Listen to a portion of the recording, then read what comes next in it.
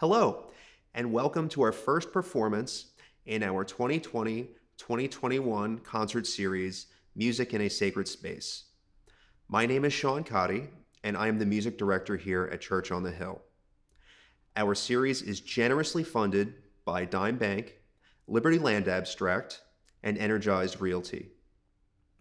Today's recital is an organ recital. Our organist's name is Frank Crosio. He is the music director at Garden City Community Church, and he also happens to be my organ teacher. The program consists of German Baroque music and French Romantic music.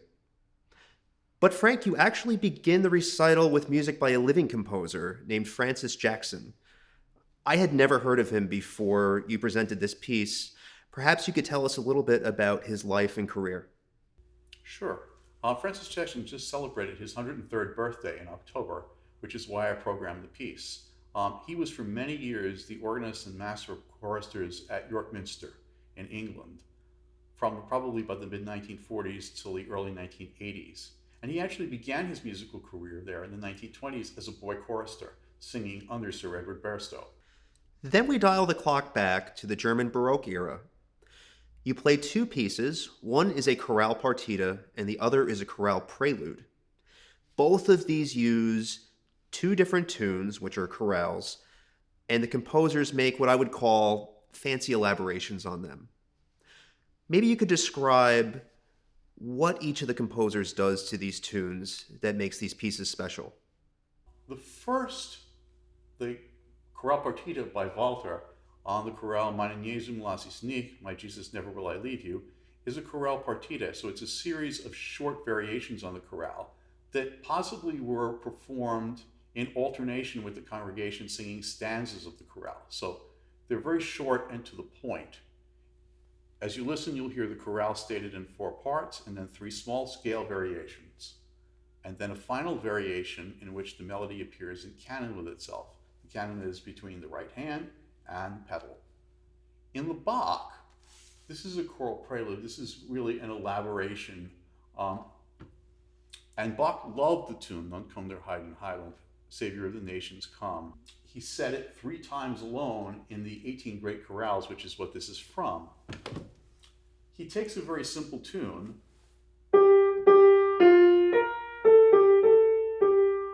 and first from that you'll hear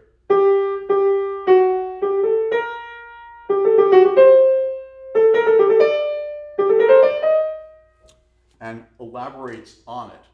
Underneath that, you'll hear a walking bass in the pedal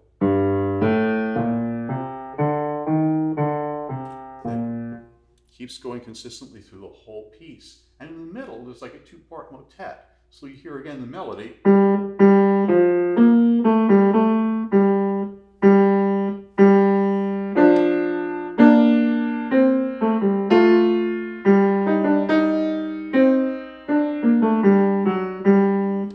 You then end the first half of your program with a Prelude and Fugue by Bach.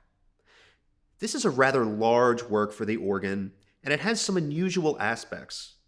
Would you tell us some things that we should listen for while you're playing this? Yes, this piece is subtitled the 9/8 Prelude and Fugue because of the 9/8 meter of the prelude. Bach uses triple rhythms, so to express joy, and this is a very joyful and happy and uplifting piece. Then the fugue, by contrast, is a bit more reserved and a bit more academic. The fugue subject is very, very simple.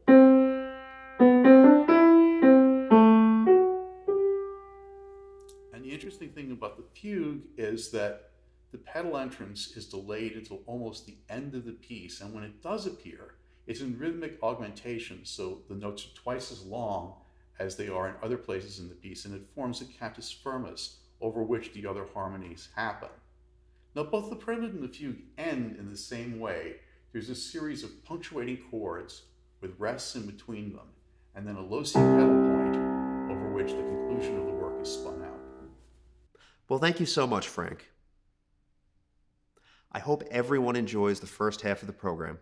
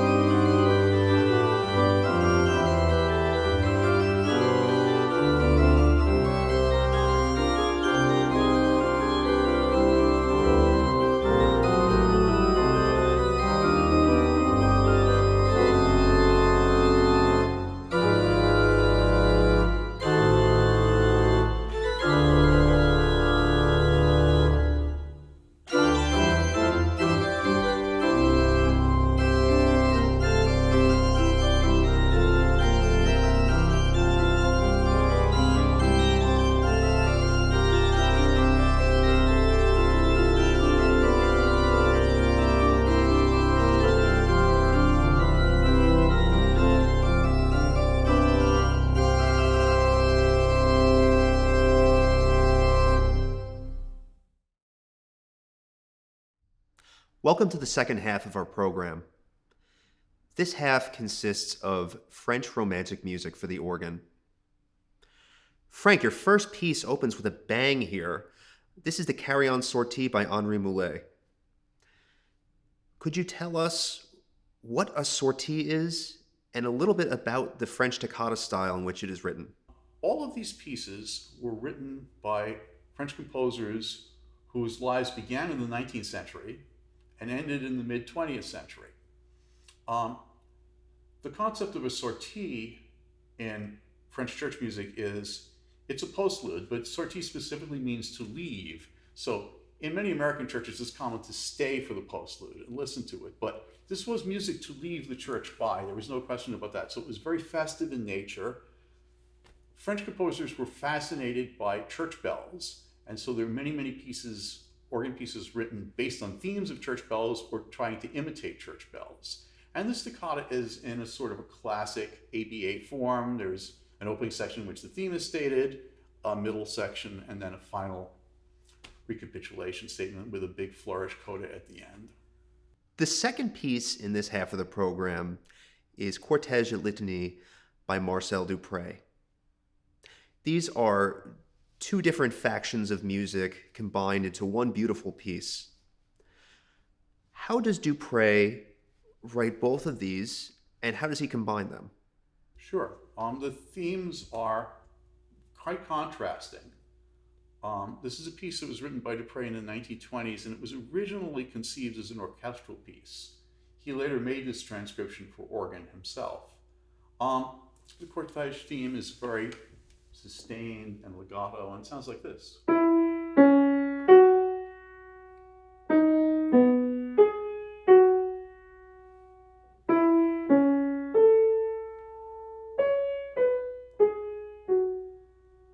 Now, by contrast, the litany theme is very, very short and in little tiny spurts.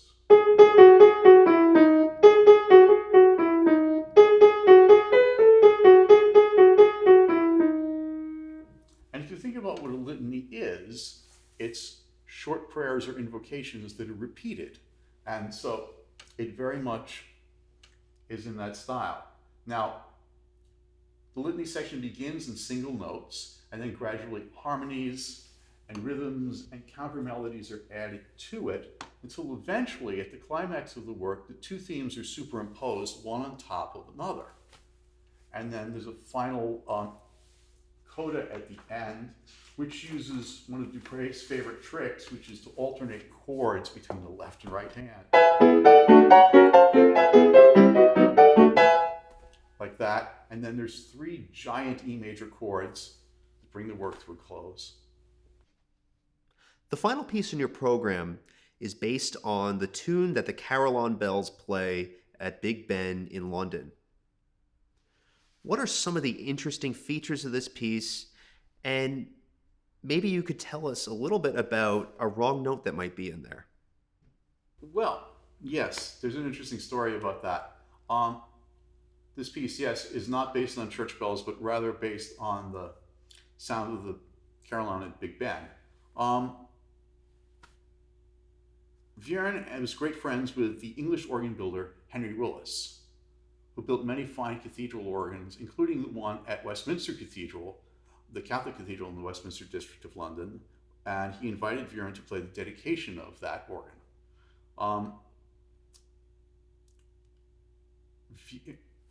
Vierne got the theme from Willis, who sang or hummed it to him over the telephone, which in the early 1900s was a very crude instrument, not like what we have today.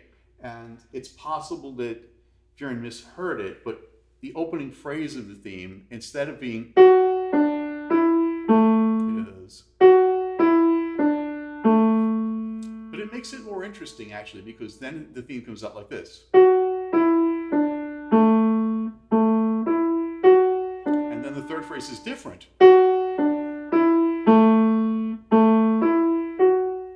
So instead of being an exact repetition, it creates a little bit of a variation, and he uses actually that to his advantage. And it's a very colorful setting in the French toccata style. It starts with, again, a small bell-like figuration. and the theme is superimposed underneath it. Then it flips around and the theme is on top. Then the theme goes into the pedal. And finally, there's a magnificent conclusion on full organ. Well, Frank, thank you so much for playing for us today. I hope everyone enjoys the second half of the performance. Please see the links below for more information about our concert series, ways you could donate, and other information about Church on the Hill and other programs that we offer.